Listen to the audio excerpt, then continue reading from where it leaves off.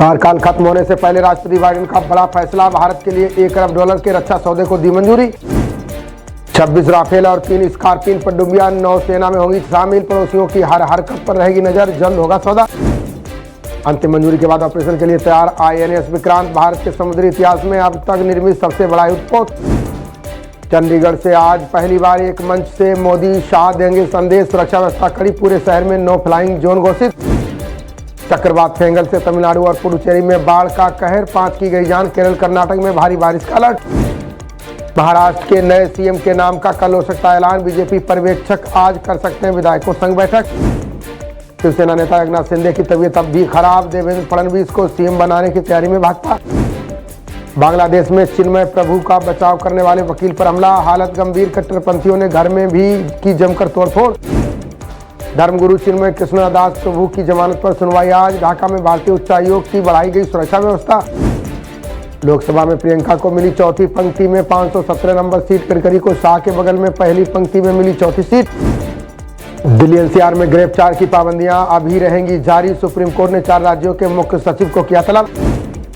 लद्दाख के लोगों की मांगों को लेकर गृह मंत्रालय से वार्ता आज, लोक सेवा आयोग को लेकर सहमति बनने की उम्मीद। आज खनौरी बॉर्डर पर पहुंचेगा हरियाणा के किसानों का जत्था, जगदीश सिंह डल्लेवाल के आंदोलन को देगा मजबूती। पुलिस की बैरिकेडिंग तोड़ दलित प्रेरणा स्थल पहुंचे किसान, आज दिल्ली करेंगे कूच, फेल हुई पुलिस की तैयारियां। श्रीनगर के हरवान में सुरक्षा बलों और आतंकियों में मुठभेड़, जवानों ने एक दहशतगर्द को किया ढेर, सर्च ऑपरेशन जारी।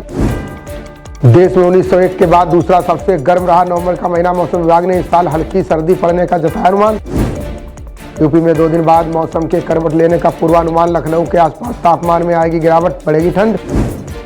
विकसित भारत के लिए छोटे किसानों की आय बढ़ाना जरूरी, PM के सचिव PK मिश्रा बोले, कृषि पर इनका वर्चस्व। दिल्ली चुनाव के लिए संकल्प पत्र तैयार करने में जुटी भाजपा, आपकी तरह जारी करेगी फ्री बिजली, पानी और बस यात्रा।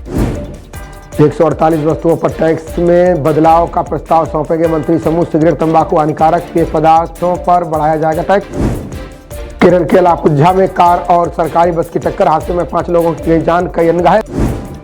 यूपी के 14,000 स्कूलों को कायाकल्प करने की तैयारी, बेसिक स्कूलों के बच्चे भी अब बोलेंगे फराटेदार अंग्रेजी। अमेरिका के नवनिर्वाचित राष्ट्रपति ट्रंप की हमास को चेतावनी का, बंधकों को रिहा करें वरना भुगतने होंगे गंभीर परिणाम। हिजबुल्लाह ने संघर्ष विराम समझौते का किया उल्लंघन, इजराइल ने हवाई हमले से दिया मुंहतोड़ जवाब। आगरा लखनऊ एक्सप्रेस वे का किया जाएगा नवीनीकरण, 8 लेन करने की तैयारी, खर्च होंगे 1939 करोड़ रुपए। राजधानी शताब्दी से मध्य प्रदेश से दिल्ली मुंबई की दूरी होगी कम, 34 से ज्यादा ट्रेनों की 160 किलोमीटर प्रति घंटा हो जाएगी स्पीड। UAE ने कंबाइंड स्काई विमानन समझौते का रखा प्रस्ताव, राजदूत अब्दुल नासेर बोले, भारत के साथ करनी होगी चर्चा।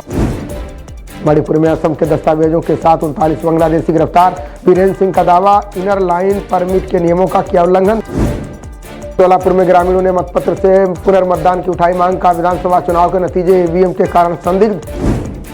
तीसरी बार कोर्ट के सामने पेश नहीं हुए राहुल गांधी, सावरकर टिप्पणी मामले में 10 जनवरी को अगली सुनवाई। पालघर के 2 स्कूलों के पौष्टिक नाश्ते में मिला जिंदा लार्वा, फफूंद भी मिलने से बचा, हड़कंप विभाग ने शुरू की जांच। गौतम अदानी मुद्दे पर इंडिया गठबंधन में 2 फाड़, बैठक में नहीं पहुंचे तृणमूल सांसद डेरेक ओब्रायन। बिहार की घटना से उठे सुरक्षा सवालों पर बोले रेल मंत्री, का बिना मानवीय दखल के जुड़ती हैं LHV बोगियां। TMC नेता कल्याण बनर्जी ने दिया विवादित बयान, बोले जहां नमाज हो वहां की संपत्ति पर वक्फ का दावा।